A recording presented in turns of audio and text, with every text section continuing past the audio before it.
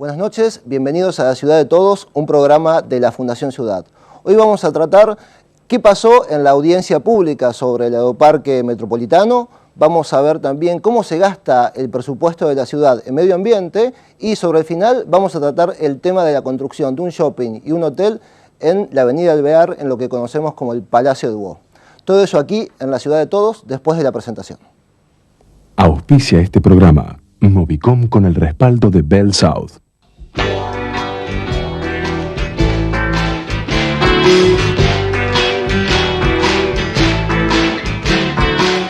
Yo vivo en una ciudad donde la gente aún usa gomina, donde la gente se va a la oficina sin un minuto de más. Yo vivo en una ciudad donde la prisa del diario trajín parece un film de Carlitos Chaplin, aunque sin comicidad. Yo vivo en una ciudad que tiene un puerto en la puerta. Y seguimos aquí en La Ciudad de Todos, 806-8294 el teléfono de nuestra producción. Nuestro email es ciudaddetodos@interlink.com.ar y si usted quiere saber sobre la Fundación Ciudad puede ir a nuestra página web www.fundacionciudad.org.ar. Hemos recibido, como pasa habitualmente, muchísimos llamados telefónicos y hay muchos llamados que tienen que ver con el problema del ruido en la ciudad, ¿no?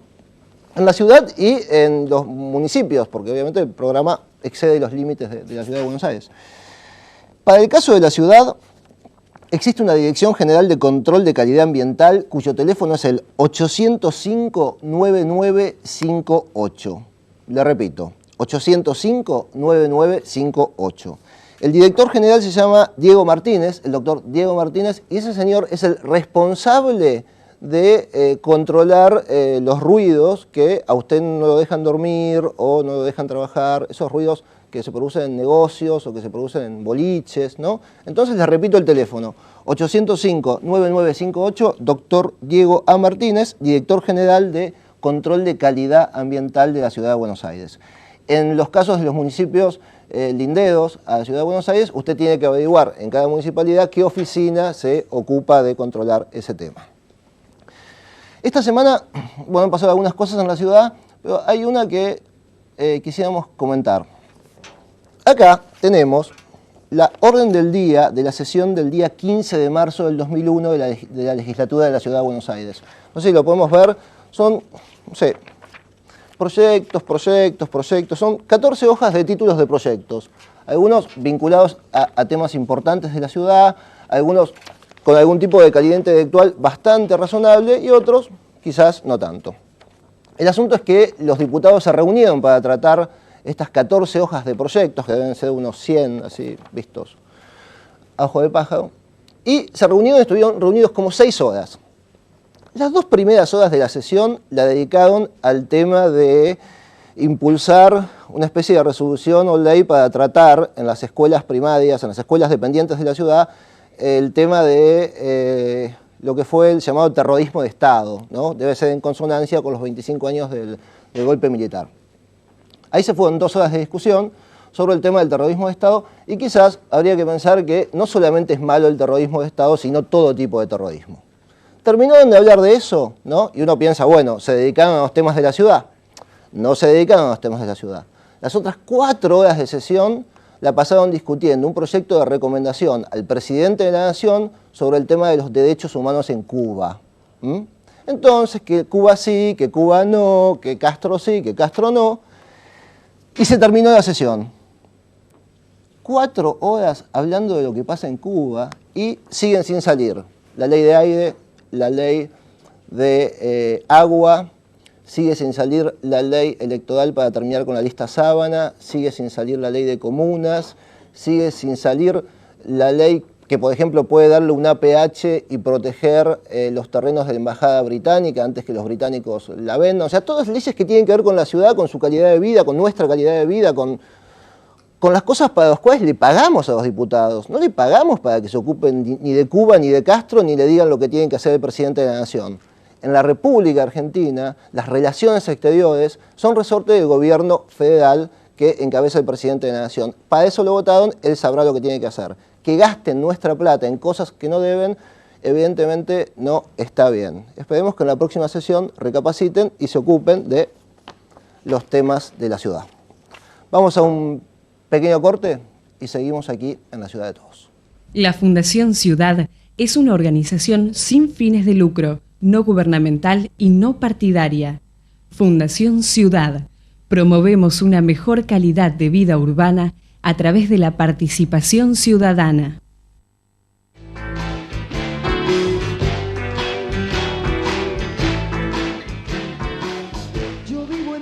Y seguimos aquí en la Ciudad de Todos, 806-8294, el teléfono de nuestra producción. Y decididamente no vamos a hablar de Cuba, vamos a hablar del tema del traslado del Aeroparque, vamos a hablar de las distintas opiniones que hubo en esa reunión que bajo el título de audiencia pública convocó la Comisión de Asuntos Interjurisdiccionales de la Legislatura de la Ciudad de Buenos Aires. Y digo título bajo el título de audiencia pública porque en realidad, como explicamos en los anteriores proyectos, no se trató de una audiencia pública, digamos, en forma absolutamente exacta o correcta. Está con nosotros el capitán de navío Francisco Cachaza Iramón, que fue expositor en esa reunión pública, que nos va a explicar un poco cómo ve desde su condición de hombre de mar, de hombre del agua, ¿no?, estos proyectos que tienen que ver con la modificación del Río de la Plata o la inserción de rellenos en el Río de la Plata. Sí, la posibilidad de que alguien rellene una porción del Río de la Plata vía la panza en la costa, alguien definió como la panza embarazada, o alguna isla que se ponga frente al aeroparque.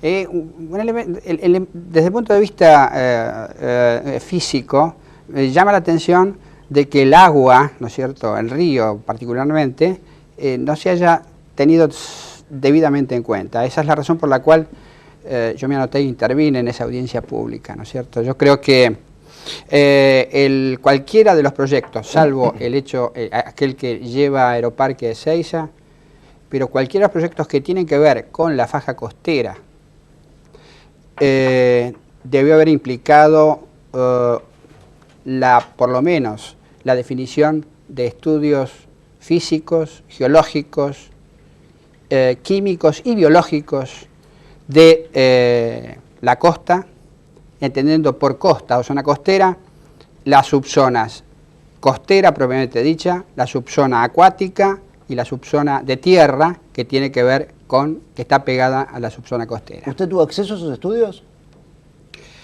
No.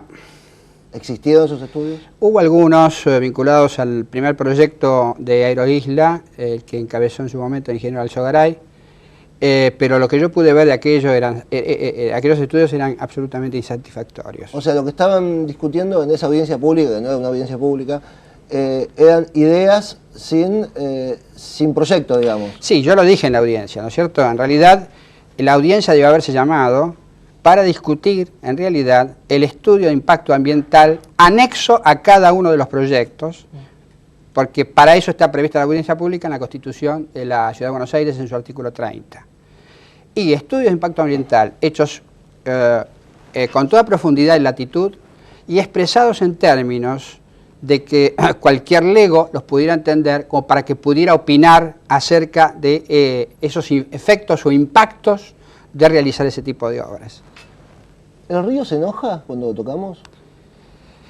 El río puede enojarse, puede no enojarse, pero el río es la naturaleza, y la naturaleza siempre, ¿no es cierto?, responde a una acción con alguna reacción, ¿no es cierto? Hay quien dice que Dios perdona siempre, el hombre a veces, y la naturaleza nunca. Y en particular el Río de la Plata, que es el gran desconocido en toda esta cuestión, amerita, merece estudios en profundidad para encarar cualquier proyecto que tenga que ver con el río. El Río de la Plata se lo conoce en forma macro, ¿no? En esa audiencia estuvo el capitán Horacio Salduna, que realmente definió muy bien en términos macro qué era lo que pasaba con el río, las corrientes de marea, cómo llegan las 12 horas entre la onda de marea en la boca del río La Plata y cuando llega a Buenos Aires, cómo se vacía utilizando la aceleración complementaria o el efecto de Coriolis, digamos, derramándose por la costa oriental, la costa de enfrente. O sea, ninguna intervención es gratuita. No, ninguna intervención es gratuita y además, en particular, para una zona particular hay que hacer estudios muy detallados. Así se hacen en la mayoría de los países del mundo, con mucho detalle y con muchas variables expuestas. Les cuento a todos que el pasado viernes en la edición de Ámbito Financiero, en la sección Provincias, daba cuenta de una presentación de los intendentes de la zona metropolitana norte, donde se presentaron ante el ORSNA diciendo que no estaban muy de acuerdo con los proyectos de relleno de isla porque según ellos iba a producir fenómenos de embancamiento y alteración de la navegabilidad frente a sus respectivos municipios. Esto es del viernes pasado. Estamos también con la doctora Griselda Capaldo, que también participó en la audiencia pública, que es investigadora del CONICET y de la Universidad de Buenos Aires, y tiene una visión como intradisciplinaria del tema del traslado del aeroparque, vinculada con el derecho aeronáutico y vinculada con el derecho marítimo. Así es, sí, tal como expuse en la audiencia pública, creo que las autoridades de aplicación no han tomado en cuenta los problemas que señalaba quien me precedió en el uso de la palabra, es decir, la posibilidad de extender una aeroisla o bien un relleno costero y su, digamos, la posible sedimentación que ocasionaría río arriba.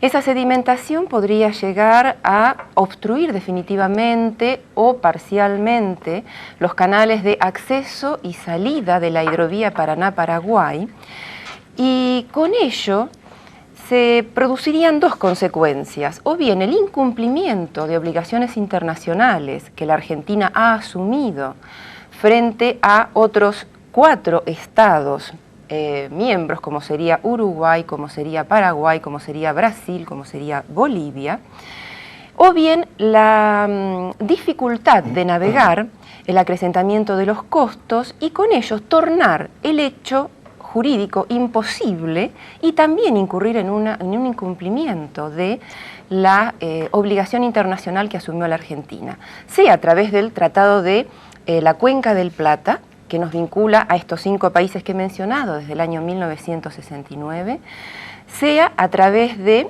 Tratado del Frente Marítimo del Río de la Plata, que nos vincula internacionalmente con el Uruguay y que exige consultas previas con el país vecino cuando uno de ellos va a adoptar cierto tipo de acciones que puedan tener una consecuencia sobre el río y la navegabilidad del río o sobre el ambiente del río, es decir, el curso de agua en sí mismo, la posibilidad de contaminarlo, cosa que no se ha hecho.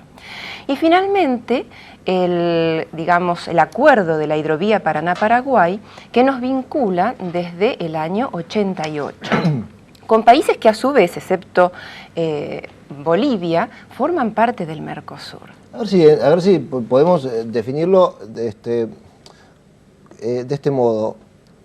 Una obra sobre el río podría obstaculizar no solamente nuestra relación con países limítrofes, a los que estamos atados con acuerdos o hemos acordado en forma, digamos, jurídica, ¿no? Sino que también podría obstruir la navegación y el comercio fluvial. Exacto, desde mi punto de vista sí.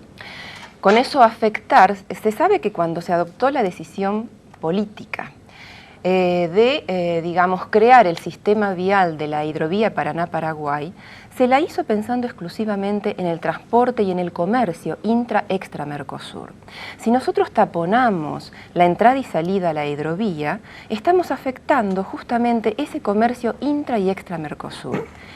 Y con eso, con nuestra actitud unilateral, comprometer la responsabilidad internacional de la Argentina frente al resto de los Estados miembros. Cuando el jefe de gobierno de la Ciudad de Buenos Aires firmó con el exministro de Economía el convenio a principios de este año para hacer la pista sobre el proyecto de APAN sobre el relleno costero, ¿habrán pensado en estos temas? Estoy segura que no. Estamos también con el licenciado Leandro Popic, que es director general de la Fundación Metropolitana. ¿Cuál es el objetivo de la Fundación Metropolitana? Bueno, coinciden bastante con lo de la Fundación Ciudad. O sea, somos primos, hermanos. Somos primos y hermanos y creo que tenemos que trabajar como tales, o sea, a través de una alianza estratégica, organizaciones independientes como las nuestras, de la sociedad civil, tenemos que existir y trabajar conjuntamente para mejorar la calidad no solo del debate, sino también de las decisiones que se toman desde la órbita estatal. Explicarle a la gente cuáles son los objetivos. Nosotros trabajamos para mejorar la calidad de vida de la gente que vive en la región metropolitana de Buenos Aires, los que estamos en la ciudad autónoma de Buenos Aires y los que están en el Gran Buenos Aires. En total 12 millones de personas de un territorio que nosotros ponemos como parámetro desde Zárate en el norte hasta Luján en el oeste, hasta La Plata en el sur. Esa región que en función de dónde uno traza la línea tiene de 12 a 14 millones de habitantes, es la que trabajamos para mejorar la calidad de vida de la gente. ¿Y cuál fue el planteo de ustedes en eso que denominamos coloquialmente audiencia pública? Bueno, el planteo que nosotros llevamos es que el tema del aeroparque no puede ser pensado en primer lugar desde la órbita solamente de los intereses de la ciudad autónoma. Tenemos que pensarlo regionalmente. Eso significa que tiene implicancias lo que ocurre, o lo decimos porque tiene implicancias lo que ocurra en el aeroparque para todos los 12 millones de habitantes y también para otra gente, para los argentinos que vienen a la ciudad, para gente del Mercosur y de otros países también. Entonces, lo primero que estamos diciendo es, trabajemos a través de la coordinación interjurisdiccional, es decir, consultemos a los municipios, consultemos a la provincia de Buenos Aires y trabajemos en consonancia. Eso en primer lugar. En segundo lugar, lo que estamos diciendo es tampoco veamos solamente el aeroparque como un tema aeroportuario o como un tema de aviación civil, si se quiere ser más amplio. Es un tema inserto dentro, en primer lugar, del sistema multimodal del transporte, que involucra medios marítimos, terrestres y aéreos. Y en segundo lugar, está inserto en una red de otros temas que también tienen un impacto sobre este. Partiendo de esa base, decimos que nos parece inteligente que en la región metropolitana de Buenos Aires exista un lugar en el centro de la ciudad, como viene siendo el aeroparque, que permita una forma más rápida y más ágil de traslado para las personas que llegan a la ciudad. Lo vemos como una ventaja competitiva, no solo de la ciudad autónoma, de la región en su conjunto, que nos potencia en el Mercosur y en el mundo. Lo vemos como algo que agiliza el tránsito de personas hacia la región metropolitana. Al mismo tiempo vemos que hay muchísimo por hacer en la readecuación que se viene y nos entusiasma mucho el concurso que se lanzó a través de este convenio que firmaron Machinea, el entonces ministro de Economía, e Ibarra, el jefe de gobierno de la ciudad, porque creemos que las propuestas que se van a presentar van a tener la creatividad y la inteligencia, o queremos pensar que la van a tener y vamos a trabajar arduamente para que la tengan, para resolver estos problemas que tenemos, como por ejemplo la conexión del aeroparque con Ezeiza, que todavía está pendiente. La conexión también de autopistas, también ferroviaria, entre el puerto de Buenos Aires y el aeroparque. La conexión de la zona sur, La Plata y el sistema de autopistas, con el sistema de autopistas de la zona norte. Una serie de temas como las inundaciones en la ciudad de Buenos Aires, que cualquier proyecto de reforma del aeroparque no puede dejar de ver, y desde ya la cuestión ambiental, la relación entre los ciudadanos de la región y el río. Bien. A este punto ya nos dimos cuenta que el tema del aeroparque excede el hecho de que me queda cerca o me queda lejos, puedo llegar a Punta del Este más rápido o más tarde. O sea, evidentemente hay temas que pueden tener hasta implicaciones internacionales. La misma pregunta para los tres, antes de que hablemos con el arquitecto Díaz Suárez. En términos de solución posible, desde su lugar de hidrógrafo, si tuviera que decidir, ¿qué decidiría? No decidiría nada por el momento, porque me faltan elementos para tomar la decisión. Yo creo que las decisiones políticas deben ser tomadas recién después de manejar la máxima cantidad de elementos técnicos disponibles y posibles, ¿no es cierto? Sobre todo cuando se está tratando de resolver un problema que tiene un componente técnico muy importante. O sea, su decisión es primero estudiemos. Primero estudiemos todo, pongamos todos los datos y los estudios y los resultados y sus conclusiones sobre una tabla, una matriz. Digámosle a los políticos, bueno, estas son las posibles soluciones que tienen sus pros y sus contras, porque va a haber soluciones que no van a satisfacer a todos los requerimientos, y después se tomará la decisión. Estos son los mejores mecanismos de toma de decisión. Cualquier otro, decidir antes de normalmente lleva a desastres y a fracasos. Gracias, capitán. Doctora, si usted tuviera que decidir o plantear la mejor solución, ¿qué decidiría? Es verdad que se necesitan primero tomar por lo menos una terna de medidas, medidas políticas, medidas técnicas y medidas jurídicas. Dentro de las medidas políticas, yo creo que no se puede tomar una decisión con relación a Aeroparque si previamente no tenemos un diseño de la política aérea del país, dentro del cual Aeroparque es un punto muy importante de decisión, porque junto con Ezeiza conllevan o traen el 68, casi 70% del tráfico aéreo nacional, pero insoslayable sería tener previamente un diseño de la política aérea nacional. Entonces usted dice, primero un plan de transporte aéreo y después vemos qué hacemos puntualmente con el Aeroparque. Exactamente. Dentro de las partes técnicas, la necesidad de hacer un estudio de impacto, que debe ser previo a cualquier decisión de traslado. Sí, y dentro de las partes del aspecto jurídico, tener justamente, desde el punto de vista ambiental, el elenco y las estrategias jurídicas necesarias para distribuir las responsabilidades por cualquier tipo de contaminación ambiental producida por las actividades aeroportuarias y distinguir grados de punibilidad, es decir, saber cuándo es una infracción administrativa, cuándo es un ilícito civil y cuándo es un delito penal. Ninguna de esas cosas las tenemos hechas hasta ahora. Bien, un plan. Leandro, si hubiera que decidir. Nosotros creemos que hay que partir de la base de que no podemos concentrar en Ezeiza todo el tránsito aéreo en la región metropolitana. Nos parece un error por el congestionamiento que significaría con el consiguiente riesgo de colisiones en el aire a medida que aumenta el volumen. Nos parece un error desde el punto de vista también de la vulnerabilidad de depender de un aeropuerto de capacidad de albergar naves intercontinentales. Y nos parece además un grave error en términos de costo-beneficio, porque significa un costo bastante grande tener que hacer todas las readecuaciones en Ezeiza, cerrando lo que está hecho en Aeroparque, y además previendo que hay que conectar Ezeiza con el centro de la ciudad a través de medios terrestres, autopistas, trenes, de manera que no está hecho y que es costosísimo hacer, y que hay que hacerlo. O sea, ustedes proponen integración de Aeroparque con Ezeiza. Exactamente. Ahora, hay que cambiar el Aeroparque, no nos cabe la menor duda, en términos de operatividad aeroportuaria, seguridad, fundamentalmente, respeto... ¿Cambiarlo el lugar también? Respeto del Código de Planeamiento Urbano, porque si se ganan tierras o no, lo que hoy en día ha crecido la ciudad en las tierras que fueron ganadas ya en esa panza que se creó en su momento, hace muy riesgosa esa zona. Esos temas, y también los temas de las inundaciones y el sistema de transporte en general de la región, tienen que estar contemplados por el proyecto que gane. Gracias. Vamos con la arquitecta Odilia Suárez. Gracias, Odilia, por estar hoy en la Ciudad de Todos. Cuando usted iba a anotarse en esa audiencia pública, uno de los elementos que usted tenía a su disposición era un trabajo que se llama Sistema Aeroportuario Comercial Metropolitano Buenos Aires, que hizo el arquitecto Odilia Suárez, trabajo al que muchas personas tuvieron acceso y que es un verdadero compendio de estudio de... Es un producto de un convenio. Aquí está. Exactamente. Un convenio entre la Facultad de Arquitectura, de la cual soy profesora emérita, con el gobierno de la Ciudad de Buenos Aires, justamente por la polémica Aeroparque Ezeiza. Entonces yo me incliné por un sistema aeroportuario comercial metropolitano.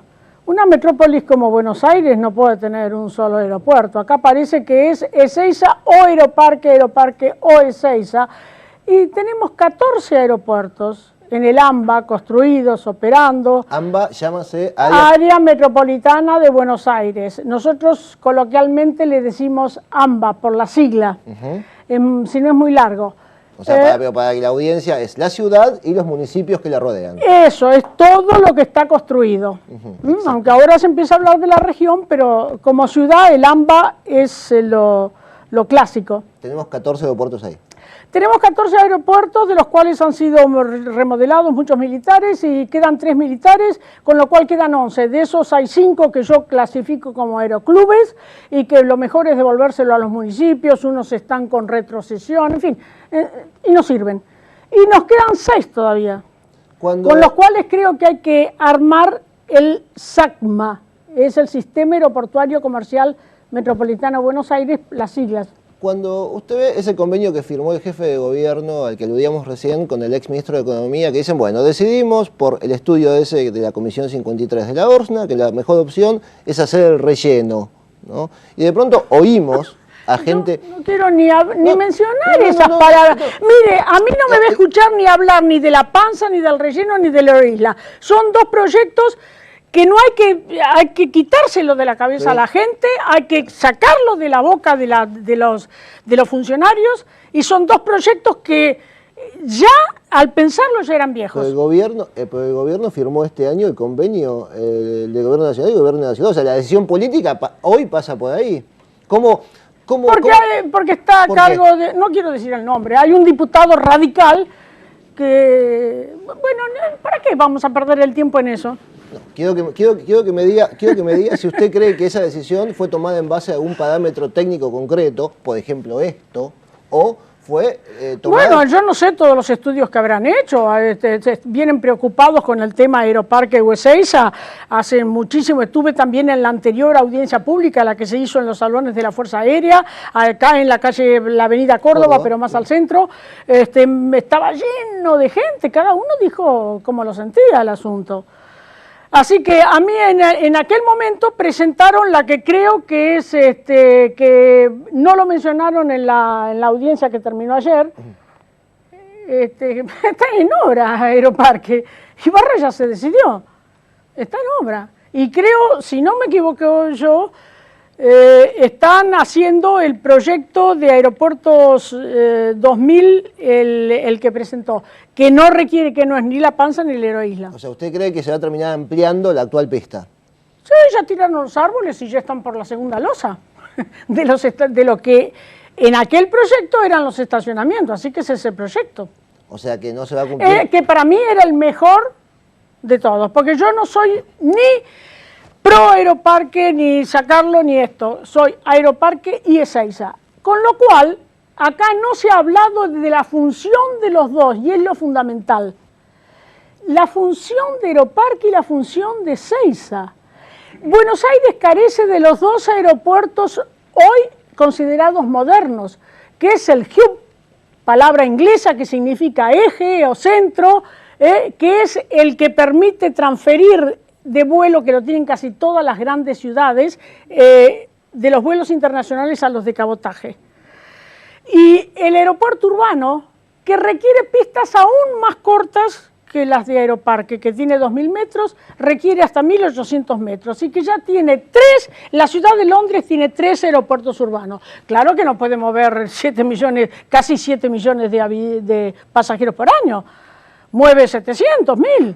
¿Usted no cree que en un proyecto a 20 años Pero hay que es pensar... una deuda que tiene la aviación con las ciudades? No puede ser que yo tenga que dejar el avión a la Loma del Peludo para poder acceder a una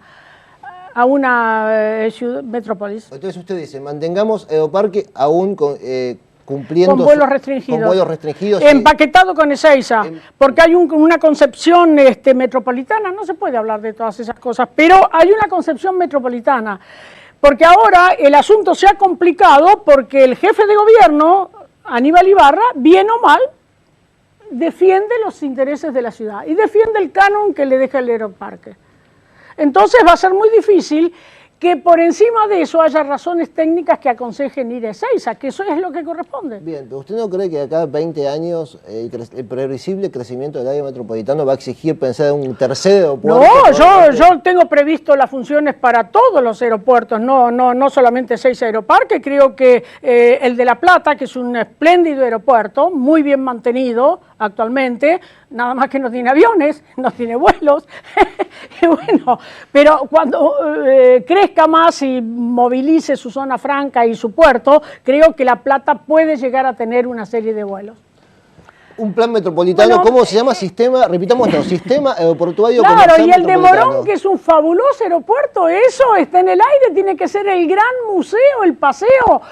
Y además cumplir funciones de hangaraje privado, de reparaciones, hay las pistas cortas se alquila actualmente, en fin. ¿Se acuerda en otro programa, aquí en este mismo estudio, que hablábamos, ¿no?, sobre no me acuerdo qué tema puntual, y que creo que acá podemos coincidir todos en esto? Primero hay que tener un plan de transporte. Bueno, es difícil que se haga. Digamos, Hay que viendo ir cómo... sumando todo, ir pero sumando todo. para mí lo último que quiero decir es que se debe tener bien en claro que lo que importante acá son las funciones. En cambio, la visión empresaria es nada más que de acumulación para conseguir la mayor cantidad de dinero. ¿Entendés? Y eso no le sirve a las ciudades. Ni acá, yo recibo 3 revistas, 2 norteamericanas, una inglesa, en ninguna ciudad del mundo. Alguien decía, el capital hace buenos negocios, pero no hace buenas ciudades. No hace buenas ciudades. Gracias, arquitecta. Uno puede pensar, hemos oído al capitán, a la doctora, al licenciado, hemos oído a una autoridad en planeamiento urbano como es Odilia Suárez, y mientras tanto, el jefe de gobierno decidió por el informe de la Comisión 53 que de las 3 opciones era mejor hacer la llamada panza o relleno, ¿no? Y usted quizás ya se está dando cuenta que nuestra sociedad, la sociedad nuestra de todos los días, genera conocimiento, genera opinión, genera ciencia, genera estudio, ¿no? Y es casi bastante lamentable que los gobernantes no hagan uso de esa posibilidad que tienen de gobernar mejor con la opinión de la gente que sabe y decidan así de una firmita sin mayores fundamentos. Vamos al próximo bloque donde vamos a hablar de medio ambiente y presupuesto de la ciudad.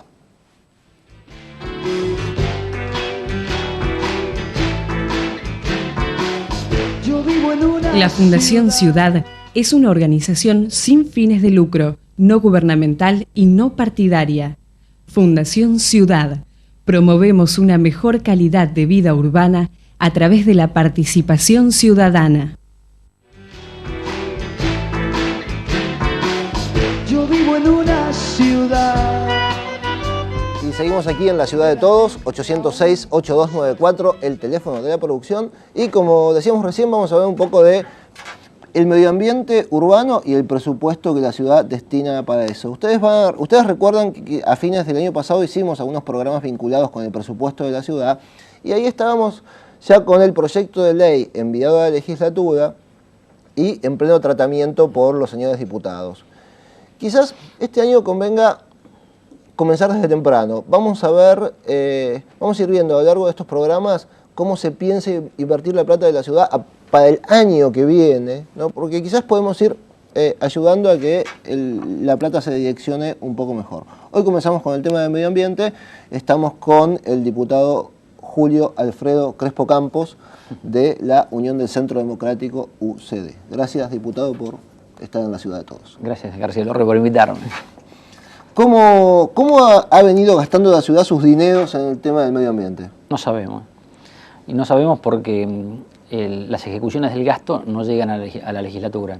Por primera vez en esta gestión... A ver, repitamos, no sabemos. No sabemos. Bien. ¿De qué? Acá yo estoy viendo que son 41 millones en el año 88, 48 millones en el año 99, 51 millones en el año 2000, 49 millones en el año 2001 y no sabemos cómo se gastó la plata. No sabemos. No sabemos, la mitad tengo entendido que se va en sueldos, ¿puede ser? Sí. Una cosa es lo que uno anota como número en el presupuesto. Uno anota 49 millones de pesos. En realidad, si uno hace el análisis del presupuesto de medio ambiente de los últimos 5 años, 2 millones más, 2 millones menos, se mantiene igual entre 48 y 50 o 51 millones de pesos. El tema después es esa plata que está anotada, efectivamente se gasta en el medio ambiente y eso es lo que nosotros no sabemos. Por ejemplo, nosotros podemos decir que hay partidas que no se han gastado en medio ambiente, las partidas de construcciones. Todo lo que estaba afectado a construcción en el presupuesto del año 2000 no se gastó en construcciones porque como la ciudad recaudó menos, uno de los rubros que hubo que eliminar fue la parte de construcciones. Entonces se bajaron 8 millones de pesos del gasto de medio ambiente porque no hubo construcciones. En el caso para el 2001, la primera rendición de gastos viene el 30 de marzo. Llegará, y yo creo que sí, en esto se ha comprometido el jefe de gobierno Ibarra y el secretario de Hacienda Pese, y cuando llegue analizaremos qué pasó en el primer trimestre del año. Esta cifra de 17 millones de pesos para conservación de espacios verdes, 8 millones de pesos para la creación de nuevos espacios verdes, 4 millones y medio de pesos para el cuerpo de auxiliares vecinales, esos señores que van de verde por la calle, ¿no? Y casi 3 millones de pesos para el arbolado urbano, ¿responden a lo que se pretende gastar este año? Sí y no. ¿Qué quiere decir esto? Usted hizo un buen análisis. Siempre, históricamente, en los últimos 15 años, entre el 60 y el 70% del presupuesto se gasta en personal. Esa masa de personas, 126.000 personas, número más, número menos, que tiene la ciudad de Buenos Aires, y uno no sabe en qué trabajan, ni en dónde trabajan, ni para qué trabajan. En el caso de medio ambiente, el 50% se gasta en personal. Queda un 50%, digamos que quedan 25 millones de pesos. Si usted le saca algunos datos que son, o números que son, que hacen al presupuesto, tipo transferencias o las reparaciones, ¿no? A usted le quedan efectivamente para gastar en medio ambiente 14 millones de pesos. Si uno dice que el análisis de presupuesto de la ciudad parte de lo que es la Agenda 21, la Agenda 21 es el plan para mejorar la calidad de vida, terminar con la pobreza y que todos nosotros accedamos a mejor aire y mejores elementos, no sirve absolutamente para nada esos 14 millones de pesos, sin importar en qué se gastan. Uno lo puede gastar en, no sé, en otra cosa. Pero con 14 millones de pesos no vamos absolutamente a ningún lado. ¿Y entonces qué hacemos? Bueno, el aire de la ciudad está como cada vez peor. Las plazas que no tienen padrino virtualmente no existen. En la Plaza Mitre, Gelioves, Arjonilla, República del Líbano, ¿no? Las veredas de la plaza están como en Vietnam, rotas, absolutamente. Enfrente está la Embajada Británica, y esta es una cosa que lo vi hace un par de días.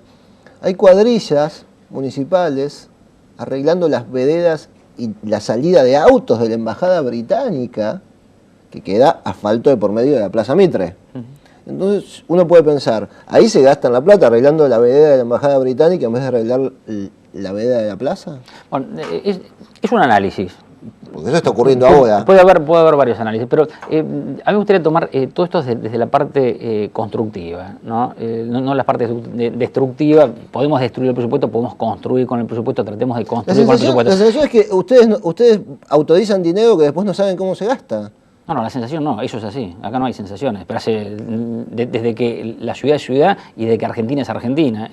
En los últimos 150 años hubo 3 rendiciones de gastos nacionales, o sea, no es un tema nuevo esto. El gobierno rinde lo que se llama la ejecución de cuenta de resultados. Son una cantidad de números, pero uno no puede ir a lo que es la planilla para ver efectivamente dónde se gastó el gasto. Entonces nos quedamos en los grandes números, y uno de los grandes números es lo que usted marcó.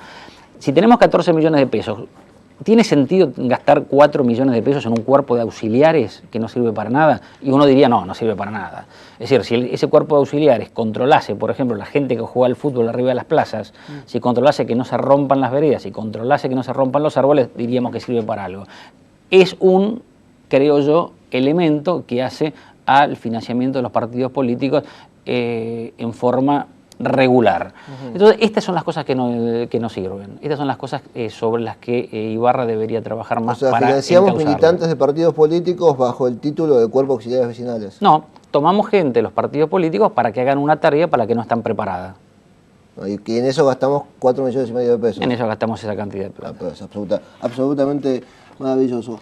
Julio Crespo Campos es ingeniero agrónomo. Ingeniero en producción agropecuaria. Bueno. Especializado en genética.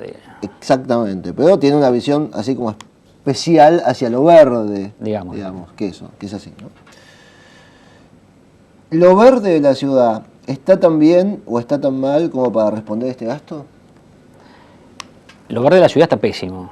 Debería tener 4 o 5 veces mayor cantidad de dinero efectivamente puesto en los planes para que pudiera dar algún resultado. ¿Quién es el señor que decidió que este año se gasten 49 millones en medio ambiente? El número lo anota el secretario de Hacienda en base a las necesidades que dictamina el jefe de gobierno. El jefe de gobierno da las prioridades y después el secretario de Hacienda pone los números. El cuerpo legislativo es el que dice si el número está bien puesto y lo corrige. El presupuesto de la legislatura para este año es de unos 60 millones de pesos, ¿no? 63. O sea, ¿qué? Gastamos 63 millones de pesos en 60 señores, las cuales la mayoría, usted recuerda, se la pasaron discutiendo sobre el tema de Cuba y los derechos humanos, y gastamos solamente 50 en medio ambiente. Desde el punto de vista de las cifras, la gente puede pensar que no es lógico, ¿no? La gente puede pensar que no es lógico y estaría correcto. También podemos decir que es la mitad del presupuesto que tiene el ejército. ¿Qué sé yo? Podríamos ir a distintos números que no llevan al fondo del problema. El fondo del problema es, si yo tengo 50 millones de pesos y los pongo para medio ambiente y los utilizo para medio ambiente y los controlo en medio ambiente, tienen que dar un resultado. Si yo pongo 50 millones para medio ambiente, los mal utilizo, no los controlo y los gasto en otra cosa, no sirven absolutamente para nada. Por ejemplo, tenemos dos proyectos muy importantes que son todo lo vinculado a la cuenca del Matanza-Riachuelo, todo lo vinculado al programa de Buenos Aires y el Río. Son dos proyectos que están todavía en estudio. El BID nos ha dado el dinero para hacer toda la obra de la cuenca del Matanza-Riachuelo. Como no hay una decisión política poner eso en marcha, nosotros estamos pagando intereses sobre un crédito que nos han dado y no lo estamos usando. Esto es un disparate. Es absolutamente un disparate. Esto no tiene que ver con el medio ambiente estrictamente, pero tiene que ver con el ambiente de la ciudad. Hay un proyecto en curso en tema de seguridad, ¿no? Bueno, hay varios proyectos. ¿Sí? Ibarra tiene una decisión tomada de aumentar y controlar la seguridad en la ciudad de Buenos Aires. Es un tema complejo, está dentro de lo que es la transferencia de la fuerza policial a la ciudad de Buenos Aires. Y es un plan en el que la legislatura dio el primer paso votando 8 millones de pesos para mayor equipamiento de la Policía Federal en Comodato. Se está analizando una segunda partida de casi 400.000 pesos para tomar vigilancia adicional para que podamos poner policías en el control de la seguridad en la calle, los vendedores ambulantes. No podemos sacar a los vendedores ambulantes con 7 policías, de los cuales 6 son agentes y 1 es un oficial. O sea, estamos perdiendo la batalla de la vía pública. Están tratando de ver si gastan 400.000 pesos en ver si sacan a los vendedores ambulantes y van a gastar exactamente 8 veces más en los auxiliares vecinales. No, estamos tratando de ver si con 400.000 pesos podemos tener policía adicional para complementar el gasto para sacar los vendedores ambulantes. Si usan los 4 millones de pesos más policía adicional. Y los 4 millones de pesos están absolutamente e ineficientemente gastados. Nos volvemos a ver con el tema del presupuesto porque sabemos, ingeniero, que usted es una de las personas que más sabe de este tema. Gracias por estar hoy con nosotros en La Ciudad de Todos. Gracias. Vamos a un pequeño corte y vamos al tema del Palacio Dubó, el shopping y el hotel sobre la avenida Alvear. Donde la gente aún usa gomina, donde la gente se va. La Fundación Ciudad es una organización sin fines de lucro, no gubernamental y no partidaria. Fundación Ciudad. Promovemos una mejor calidad de vida urbana a través de la participación ciudadana.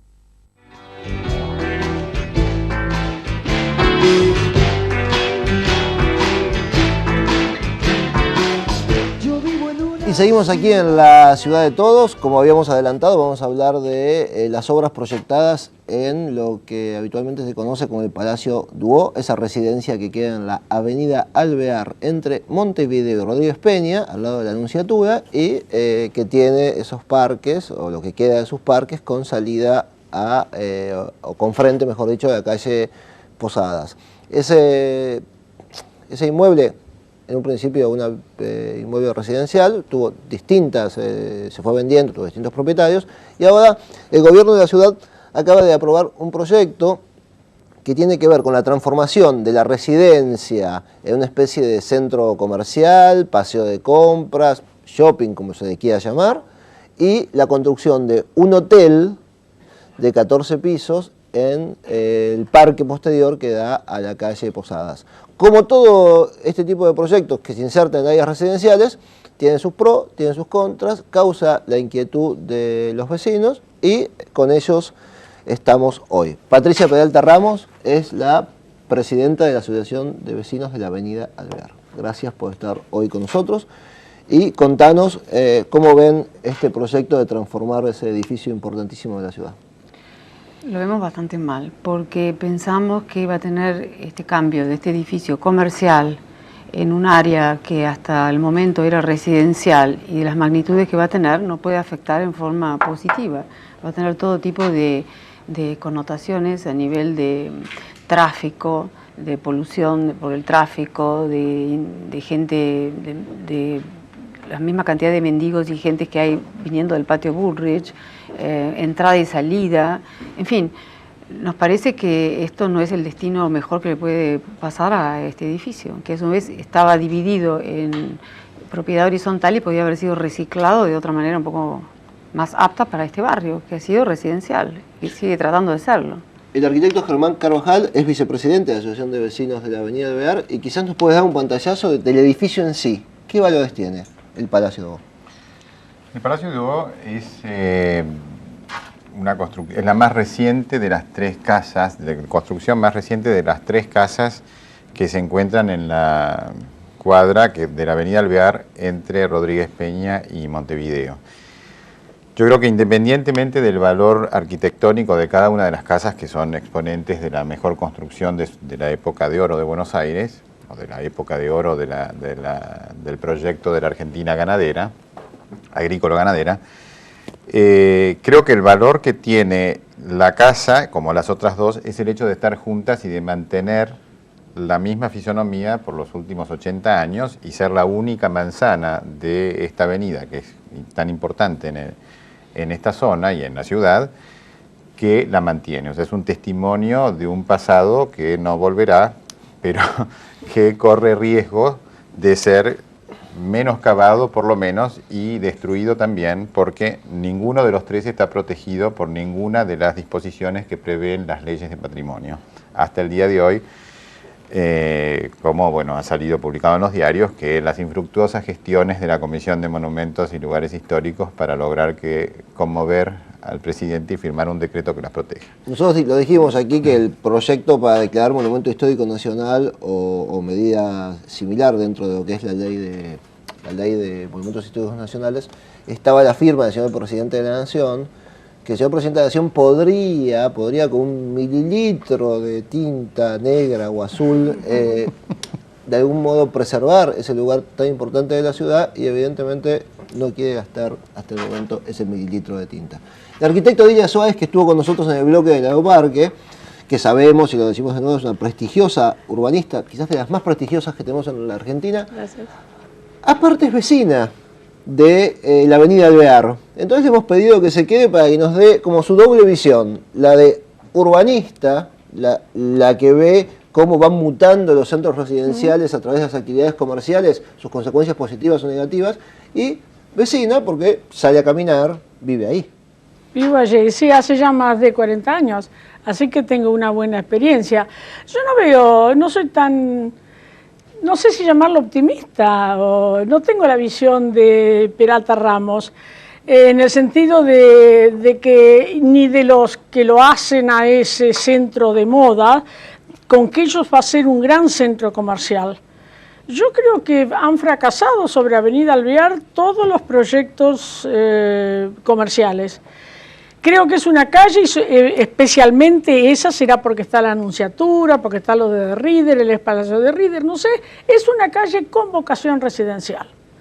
Así que yo creo que se equivocan, y creo que mi temor, se equivocan los que han presentado el proyecto y los que lo han aprobado. Porque mi gran temor como vecina es que eso se transforme en un bolicherío. Porque dicen, yo recibí por intermedio de los vecinos hace casi un año los planos que iban a realizar allí. Dicen que van a conservar la casa, que hacen un centro de la moda, con escaleras mecánicas adentro, pero conservarían afuera lo exterior. Sin embargo, hoy en La Nación salió que los árboles los liquidarían a todos, así que el famoso gomero de la esquina que le da tanto carácter también volaría. Así que no sé, todas las cosas acá son tapadas, son medio tapadas. Arquitecta, un destino para la casa. Después se hacen las audiencias públicas. Para la casa, ¿cuál sería un destino noble para la casa? Para mí, el que he visto hacer, sobre todo en la Inglaterra post-victoriana, que lleno de manor houses, transformadas en departamentos más grandes, más chicos, adentro con esas alturas de entrepiso se puede hacer todo lo que uno quiera.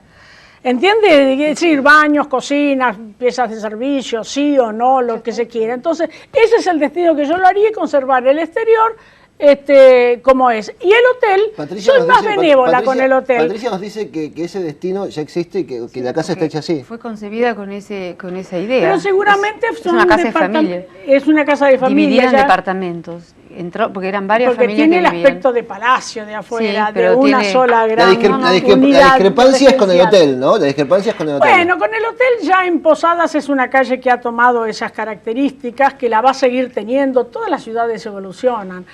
Creo que no se va a poder parar, ya está el Alvear, está el César, está el Patio Burrich, bueno, no sé. Yo creo que no él se va a no poder lo parar. comparte. No, yo no lo comparto porque creo porque ellos que... han tomado dos puntos más de FOT que se le han atribuido porque dice que hacen la conservación. Pero yo no lo de comparto, o sea, Le no lo regalaron comparto FOT, le porque regalaron creo... De los FOT se toman 2 FOT de más. Le regalaron 2 puntos de FOT. Se regalan ellos mismos y lo justifican 2 puntos de FOT desde Posadas hasta Avenida Alvear, porque el terreno es así, 2 ¿no? puntos de FOT, ¿cuántos pisos son más? Y son 2 o 3 del hotel. Ah, no es poco regalo. Entonces, no es poco regalo. no sobre es Posadas, poco regalo, pero es una buena zona para hotel de 5 estrellas. Yo creo que Germán, no está Yo tan creo que estos emprendimientos, por supuesto, cuando se proponen con la mayor ambición posible, porque el retorno de la inversión esperado es en plazos perentorios, sobre todo en países como los nuestros, tan imprevisibles desde muchos puntos de vista. Pero creo que el tamaño del hotel, los 22.000 metros cuadrados que piensan construir, justifican o hubieran justificado de parte de las autoridades un estudio más detenido. Yo creo que no es requisito indispensable para que un hotel de alta jerarquía funcione que tenga 22.000 metros cuadrados construidos. Bueno, por eso yo soy creo que- partidaria yo que creo le quiten que- los 2 puntos de FOT que se Yo creo que se tomaron. le podrían haber quitado más y que se podría haber considerado Porque un mantienen problema la- patrimonial muy importante que esta manzana representa, como lo dije antes, no solamente sobre la avenida Alvear, sino que hay 3 casas muy importantes, ninguna de ellas está protegida, conservan los predios originales, son una imagen, una imagen característica de Buenos Aires sí. y creo que se ha actuado de una manera muy ligera y por más que no lo pueda parar, puedo decir que considero que se ha actuado de una manera muy ligera y que no debería actuarse así cuando hay en juego valores patrimoniales tan importantes como los que hay en Por esta eso, manzana. Y por otra parte, ¿usted cree necesario un cuarto o quinto hotel 5 estrellas en un espacio de 8 o 9 cuadras como hay ahí? Yo creo que todavía Buenos Aires no Pero tiene ¿por qué no van suficiente a hacerlo en cantidad otra de... zona? Creo que se puede y está el Alvear, está el César, está El Hyatt, el El Emperador. problema, yo creo que el problema, ¿cómo se el llama? problema de la, El de que la también causó tanta polémica, el Hyatt. el Hyatt. La cortedad de miras de los que evalúan estos proyectos están en aplicar el código así en forma completamente equitativa, independientemente del lugar en el que se está proponiendo el proyecto, de los valores que el lugar... ya que el tiempo de la televisión es corta, Ya nos fuimos. el temor que yo tengo, ya no fuimos. Ya nos estamos yendo, digo. Bueno, el temor mío terrible es que el centro comercial de lujo se transforme en un boliche. Es el temor de todos. Ese es el temor de Yo todos. creo que Porque probablemente las ciudades sea, cambian. Es el este, problema de pro- todos nosotros. Probablemente sea lo que ocurre. Gracias, arquitecta, nuevamente. Gracias, arquitecto Germán Carvajal, por habernos acompañado. Gracias, Patricia Peralta Ramos, presidenta de la Asociación de Vecinos de la Avenida Alvear. Nos tenemos que ir. Hay cosas que uno tendría que pensar, ¿no? Yo particularmente creo que cualquier emprendimiento comercial sobre la Avenida Alvear va a traer su secuela de organizaciones profesionales de mendigos, paradas truchas de taxis, va a traer también carteristas, va a traer prostitución. Creo particularmente que sería mucho mejor preservar el parque de la casa y creo que sería mucho mejor que digamos, el hotel no se hiciera. Pero también podemos llegar a decir las profundas contradicciones que vemos hoy en el gobierno de la ciudad. Por un lado nos dice, vamos a orientar nuestros mejores esfuerzos para mejorar el desarrollo de la zona sur, ¿no? Bien. Y cuando llega el momento de pensar un nuevo parque, dice, bueno, hagamos una panza en la Costanera Norte. Cuando llega el momento de orientar inversiones, dice, hagamos torres en Retiro. Cuando viene un señor para hacer un hotel, le regala 2 puntos de FOT, lo deja construir de más sobre la avenida Alvear.